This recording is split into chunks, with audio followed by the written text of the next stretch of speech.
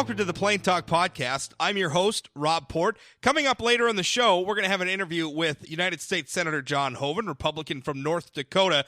Senator Hoeven is one of the members of Congress appointed to what's called a conference committee that is tasked with hammering out some sort of an agreement now that the government's reopened, right? We all remember the government shutdown, longest federal shutdown in American history. And we reopened the government, and now this conference committee essentially has to hammer out some sort of a deal between Republicans and Democrats on border security and other matters in order to avoid another government shutdown. You'll hear from Senator Hoeven and his perspective on that. I interviewed him. You'll hear us talking about today. I interviewed him actually Wednesday, shortly after the first meeting of this conference committee. So stay tuned for that. But until we get there, I'm going to talk about our other senator. North Dakota Senator Kevin Cramer, recently elected in the 2018 election, took over from Senator Heidi Heitkamp. Now, you'll remember that at the end of Senator Heitkamp's term in office, there was some drama. And it was drama over a piece of legislation called Savannah's Act. It was named after a Native American woman who went missing and was ultimately found murdered here in the state of North Dakota. And what it aims to do is it aims to put in place some reforms to address the problem with people, and particularly women, going missing from North Dakota's Native American communities. It's a real problem. And it seems as though for some reason those cases are falling through the cracks. Savannah's Act seeks to address that situation. But after the election, we have that period, right, where we have the lame duck Congress, where all the people like Senator Heitkamp who lost re-election are still in Congress. And Senator Heitkamp was hoping to get Savannah's Act passed during that period. Well, it didn't happen. The legislature passed the United States Senate. Senator Hoeven, by the way, voted for it. Senator Heitkamp obviously voted for it. Went over to the House of Representatives. Didn't come to a vote in the House of Representatives. And what we found out was that one Republican congressman was holding it up. Now, in December of last year, Congressman Cramer said that he supported the legislation. He'd like to see it passed. There were some amendments he wanted to see made. But essentially, whether or not it passed was out of his hands. Anyway, flash forward into 2019. Savannah's Act has been reintroduced. Senator Lisa Murkowski from Alaska has reintroduced it. Senator Hoeven has co-sponsored it. Senator Cramer has decided to co-sponsor it. Now, this is where things get interesting. And frankly, I think a little seamy, a little disgusting. And again, sort of a window into the Heitkamp school of politics that really is sort of the North Dakota Democratic Party's school of politics since, let's face it, for the last, almost decade or so, the North Dakota Democratic Party has essentially been organized around what's best for the Heitkamps, to the detriment, I think, of the other candidates in the party and the Democratic Party as a whole. You had two people with very large egos who wanted top ratings for, Joel Heitkamp's radio show, and then his sister, Senator Heidi Heitkamp, her political career. And it seems for a long time that's all North Dakota Democrats cared about. And I think very much it's true today. And I think much in the way that Democrats nationally were hurt by their loyalty to the Clintons over the years and how Democrats nationally are trying to move themselves away from the Clintons. I think North Dakota Democrats need to have that same sort of reckoning with the Heitkamps. But on Savannah's Act specifically, Senator Cramer's being attacked for co-sponsoring the bill. Now, first of all, Joel Heitkamp, the talk radio host, he teed off on Congressman Cramer on a post on his radio station's website. And he said, quote, "At the time, Kevin Cramer was a congressman in the House majority. He could have been the champion Savannah's Act required. Instead, he did nothing. Joel Heitkamp seethed in this post. He continued, "Every morning when Cramer looks into that mirror to shave, he sees the person responsible for stopping Savannah's Act in the first place." He continued. Now, here's the interesting thing. Senator Heitkamp, Senator Cramer has nothing to gain politically from co-sponsoring Savannah's Act at this point. He said he supported it previously in the House. He never got a chance to vote on it. He didn't co-sponsor it, but he said he supported it. He's co-sponsoring it now. He wants to pass it now. And I don't know that there's anything politically to be gained from that, right? Because it's earning him a lot of flack. The constituency that I suppose you could argue that it might ingratiate him to, the Native American communities, aren't likely to start voting Republican anytime soon. So, what's he trying to do? I think that there's a contingent of sort of bitter, butthurt Heitkamp supporters out there who are so angry that their candidate is no longer in the United States Senate that there's literally nothing Cramer can do right, up to and including endorsing their candidate's signature piece of legislation. I mean, think about this for a moment. And by the way, Trygve Olsen has he had what I think was kind of a gross editorial cartoon. I posted it at sayanythingblog.com. You can find it on the Fargo Forum website as well. And essentially it shows Congressman Cramer saying, prior when he was a congressman, member of the United States House, saying that he couldn't support Savannah's Act. But now that he's Senator Cramer, he can support Savannah's Act because it's got his name on it, making it sound like Cramer's calculation here was entirely political. I don't think that that's true. I think that Senator Cramer, when he was a congressman, supported Savannah's Act. Now he's co-sponsoring it.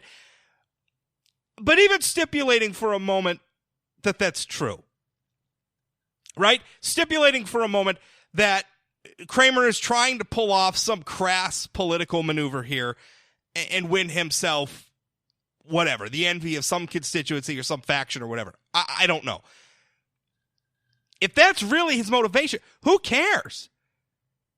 Right? I mean, are we really so hung up on partisanship and point scoring that we're going to get upset when somebody comes around to our side and supports legislation we support? I mean, because that's essentially what Joel Heitkamp, that's what he's doing. That's what Trygve Olsen is doing. That's what I wrote about this at sayanythingblog.com, and I got all the commenters out there saying, oh, Port, you're obsessed with Heitkamp. You just can't let it go. Well, you know who can't let it go? It's all the Heitkamp supporters who at this point can't even bring themselves to give Kevin Cramer credit when he's literally supporting legislation that they support. Cramer is supporting Savannah's Act. He's going to help it get through the United States Senate. Now, whatever you think of his motivations, he's on the right side of the bill. Okay, fine. I mean, you really can't ask much else from politicians because that's all politicians ever do. Republican, Democrat, whatever. They're always posturing to keep themselves elected. So I don't know. Maybe Cramer does see some motivation in this. I think it's a little ridiculous. Cramer supported Savannah's Act previously, but fine, whatever. If you want to impute some negative connotation to his motivations, well, fine, but he's going to support it now. The thing it makes me think of, during the legislative session here in North Dakota, there was a bill introduced by Republicans. In fact, I think the prime sponsor was State Representative Mary Johnson, Republican from Fargo. And the bill, it addresses North Dakota's anti-discrimination laws. Now, in one session after another, Democrats and gay rights activists have been trying to get this legislation passed to get homosexuals added to North Dakota's anti-discrimination statutes.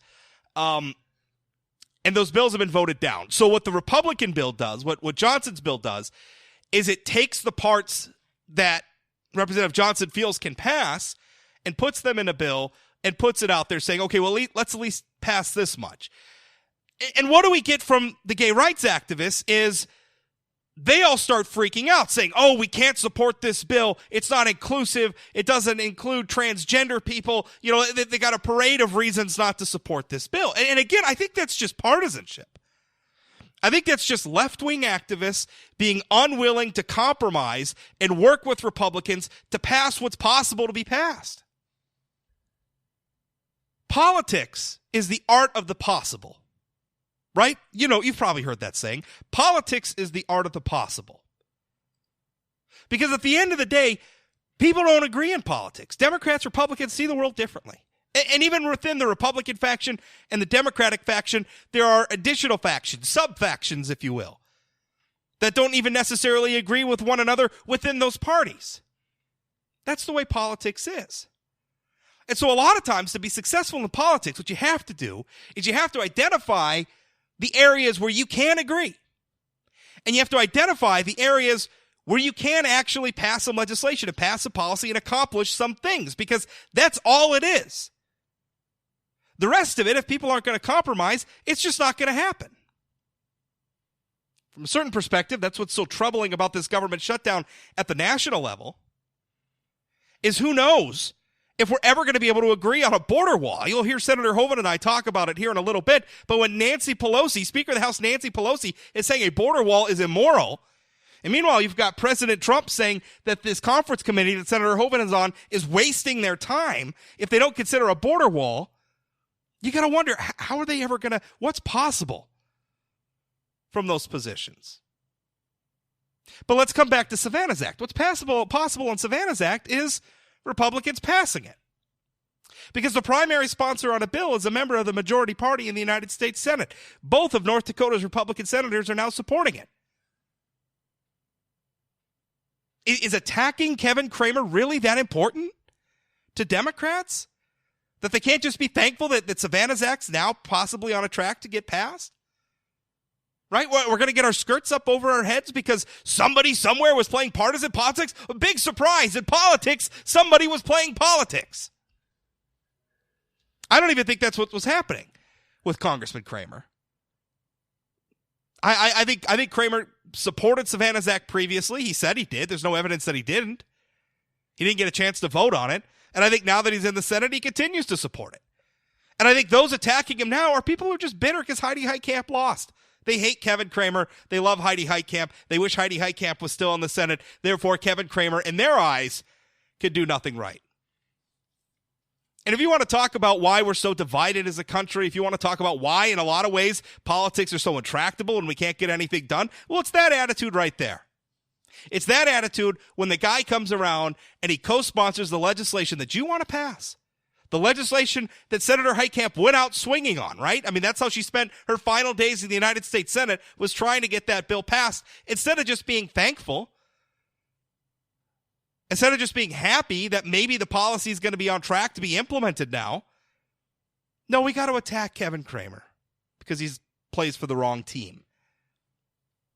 By the way, what is the point of politics if not to pass policy? I mean, what are we accomplishing? Listen, and I'm not a policymaker, I'm not a legislator, I'm not a politician, but if I was, I would tell you, I would work with whoever wanted to be on my side on a particular issue, right? I don't care. It could be a communist. It could be an outright communist. But if the communist and I agreed on some piece of policy, I would work with them to pass that policy. Because you know what? Again, politics is the art of the possible. And when it breaks down is when egos and tribalism and just hatred, just hatred bordering on a sort of ideological bigotry. Only when that sort of thing comes into play do we run into problems. Senator Hoeven coming up next.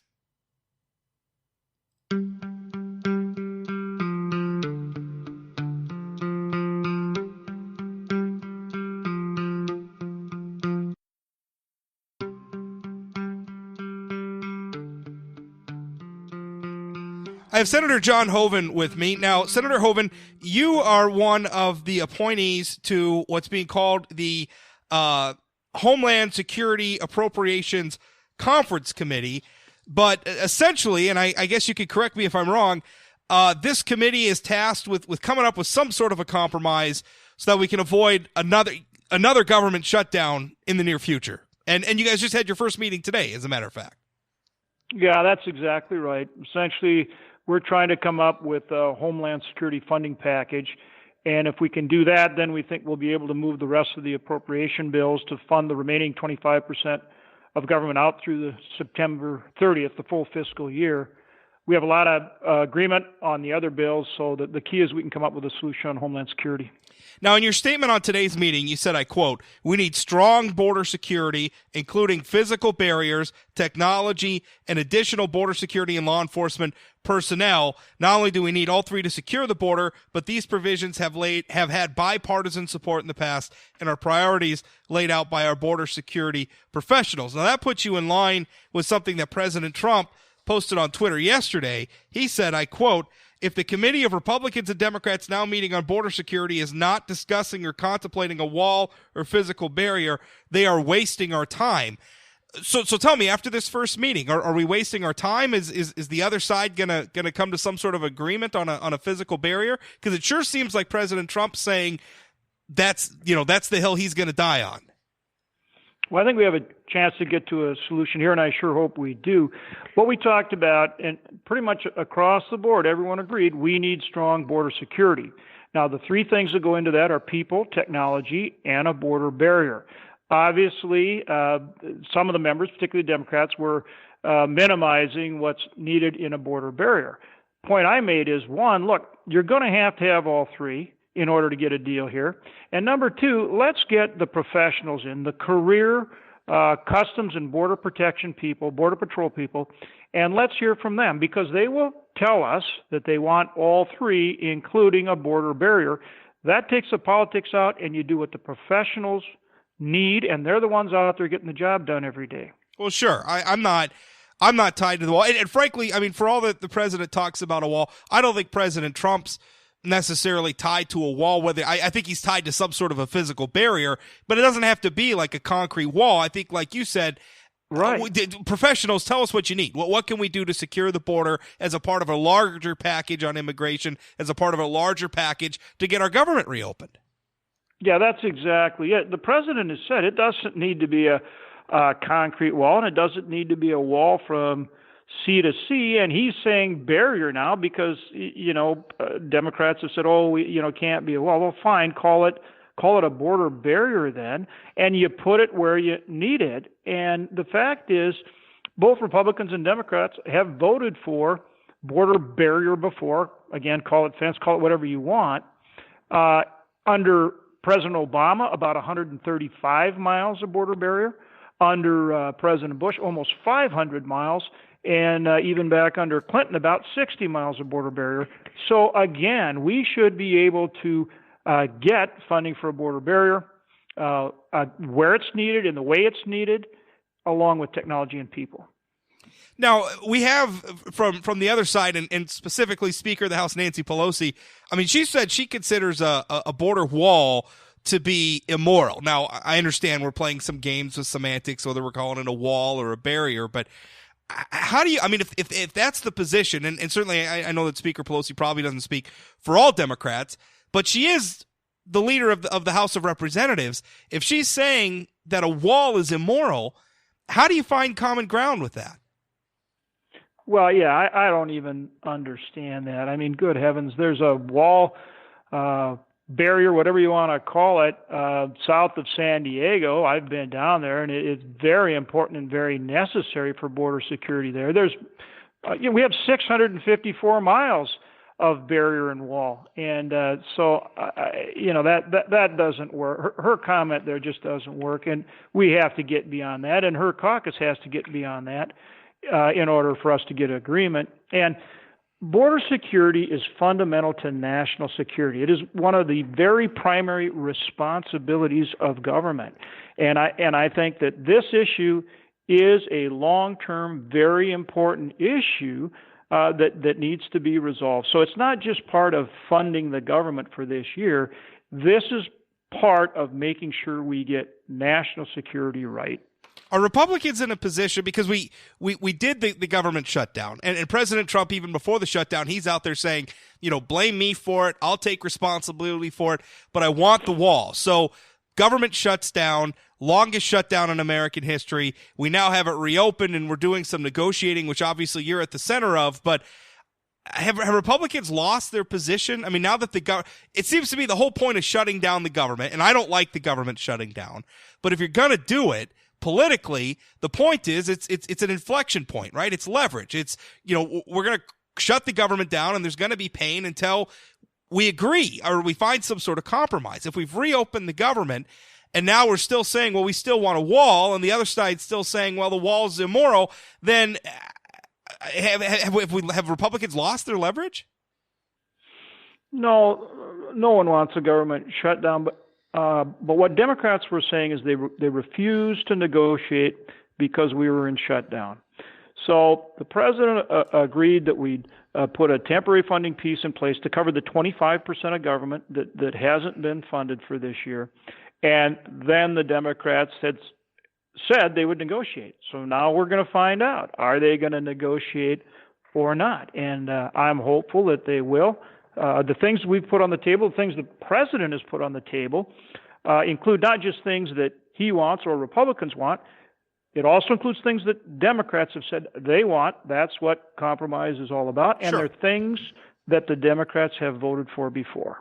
What sort of things are Republicans willing to give Democrats to get a compromise? I mean, what's on the table to give up?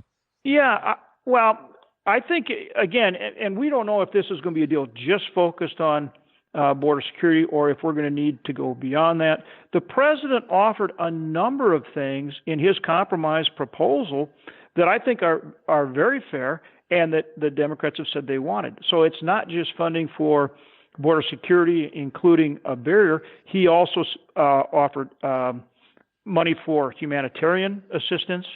He offered funding. He offered a 3-year extension on both DACA and TPS, and a whole variety of things that Democrats have very much said they want. So in terms of trying to compromise and get to a deal, I think he's shown he's willing to do that. President Trump is saying, if we're not talking about a barrier, we're wasting our time. You, in your statement, said, we got to have a physical barrier at the wall, fence, whatever it is going to be. We got to have some sort of a physical barrier at the wall. If Democrats because you said we're going to go into this, we're going to find out if Democrats are going to negotiate. If they're not going to negotiate, are you willing to shut down the government again? Nobody wants a shutdown. I'm going to do everything I can to get to a solution. And I'm hopeful we will. What the president has said is that he also has the ability to exercise emergency authority because of what's going on at the border, and then utilize other funds, for building a border barrier. But the best way to do it is that we come to an agreement, so it's done with Congress and the president coming together on a solution. Well, I agree with that. I mean, I think that's maybe the lesson Democrats learned during the Obama administration is I remember President Obama, after Republicans retook Congress, kind of famously said, well, I still have a veto and I still have a pen, implemented a lot of policy via executive order that upon President Trump coming into office was immediately rolled back. And I don't think that's a good way to make policy, because then we end up with a whipsaw back and forth depending on who's in the law. It kind of hinges on who's in the White House in the moment. And that's not how it should be. That's not how the legislative process. So I hope we don't get to a point where President Trump, uses his executive power, emergency powers to build the wall. But if he did, I mean, what does that look like? Where does he pull? I mean, I guess you don't know. You're not in the executive branch, but that seems like a major I mean, is there precedent for that sort of thing? Well, you just described it. But remember, two things here. I mean, you just kind of went through it, and yes, I can anticipate what kind of things he might try to do. But then, of course, that would be challenged immediately in the courts. The challengers would venue shop, which means, of course, they'd go to the Ninth Circuit, and you know how all of that goes. But the point I would make to you, Rob, is the president is offering bona fide compromises. He is trying to work something out that has something that he needs, because he wants to make sure we have security at the border, but also that Democrats feel has to be part of the deal. So he is trying to find a solution. And the other thing is the Democrats, Speaker Pelosi included, said, provided that we set up something to fund the government, that 25% that wasn't funded, that they would negotiate. So that's what needs to happen. Now, tell us how long a timeline do you get? You met for the first time today. How often are you meeting? Are you meeting daily? Is it how long? When do we have to have a deal? We won't meet daily. A lot of this work is done, as you work with each other, talk to each other, and try to put something together. So today was our first meeting. We have until September 15th. What I proposed is that we bring the Customs and Border Protection professionals in for our meeting and have them go through the things that we've put out on the table and say what they need. I know that they're going to say that means all three, including a barrier, just like you and I are talking about. And to me, that's the strongest position you can have. If the professionals who are out there putting their well-being on the line every day securing that border for us, keeping us safe. If they say, look, this is what we need, I think whether you're a Republican or a Democrat, that's pretty compelling. That's what we should be doing. Why do you think we got to this point? And I have my theory on it. I feel like we got to this point because for a long time, it feels like Republicans and Democrats alike ignored a very large faction of the public, I would even say a majority, saying we want better border security. We don't want a porous southern border. And I think Republican administrations, I think Democratic administrations, Republican Congresses, Democratic Congresses, that faction got ignored. And I think we've just reached ahead where President Trump, I think, has a mandate on this issue from the electorate and has drawn a line in the sand and said, we're going to get this done and we're going to get it done now. Do you see it the same way? Yeah. We need border security. Just like we can't have sanctuary cities, Rob. We have to enforce the law. We have to have national security. Border security is fundamental to national security. And we have to support our military, and we have to support our law enforcement, and we have to have rule of law. And that's what keeps us safe. That's what protects our freedom of speech. That's what protects our well-being. So we can't have things like a porous border or not enforce our laws as far as sanctuary cities and those kind of things. That's what keeps us safe and strong. That serves everybody regardless of your opinion and whether you're conservative or liberal or whatever you are. And so, yes, it's going back to saying we need to secure that border. He ran on that. He's determined to do it, and it's what we need to do.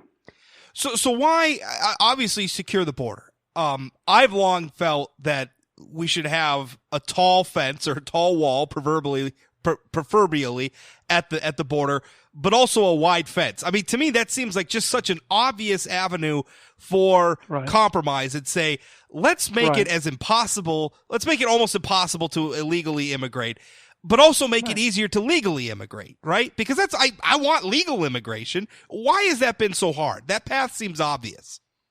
Yeah. Well, you're right. And I think the way to get there, and this is what we're trying to do, secure the border so people feel the border is secure and enforce the law. And then, as you say, go to an immigration system that makes sense. And that means we need to go to a merit-based system. If you look at the 4 principles that the president put out last year, he said, okay, here's what we need to do. 1, we'll address DACA. We get border security, including a border barrier. We end chain migration, end visa lottery, and go to a merit-based system. And that is the right approach. So you get that border security, and then you get a system that makes sense in it, and it really should be, a merit-based system. What about critics who are saying, essentially, Democrats are just going to take the position that we don't have to compromise with Republicans on anything, and if the government gets shut down, the Republicans are going to get blamed for it anyway. Heck, President Trump himself said, blame me for it. What do you say to people like that? Like in this, it's just a no-win situation. Democrats have no reason to compromise at all. I think that shows up at the ballot box. I mean, I think now if they don't start, look, I think it is compelling that we get border security, including a border barrier where we need it. I think that's compelling. And I think if Democrats, our colleagues on the other side of the aisle, don't join with us now to get that kind of solution, I think people at the ballot box will say, no, we want border security and vote accordingly. Your majority leader, Mitch McConnell, is on the record now saying today that he doesn't feel there's any appetite for another shutdown. Other Senate Republicans saying the same thing, just no appetite for another government shutdown. With them saying things like that, I mean, that's got to make it pretty tough for your committee to go in and draw a hard line on border security with Democrats who, again, as we just said, may or may not have, feel like they have a reason to compromise. Well, nobody wants a border shutdown, but I think the dynamic has changed. The Democrats said they were willing to negotiate. If we funded that remaining 25% and then started the negotiation, we have done that. If they now stonewall, I think people will see that for what it is. So I think that does put some pressure on them to come to the table, and they need to. And so, I hope that's what happens. Senator Hoeven, thanks for your time. All right, Rob, good to be with you.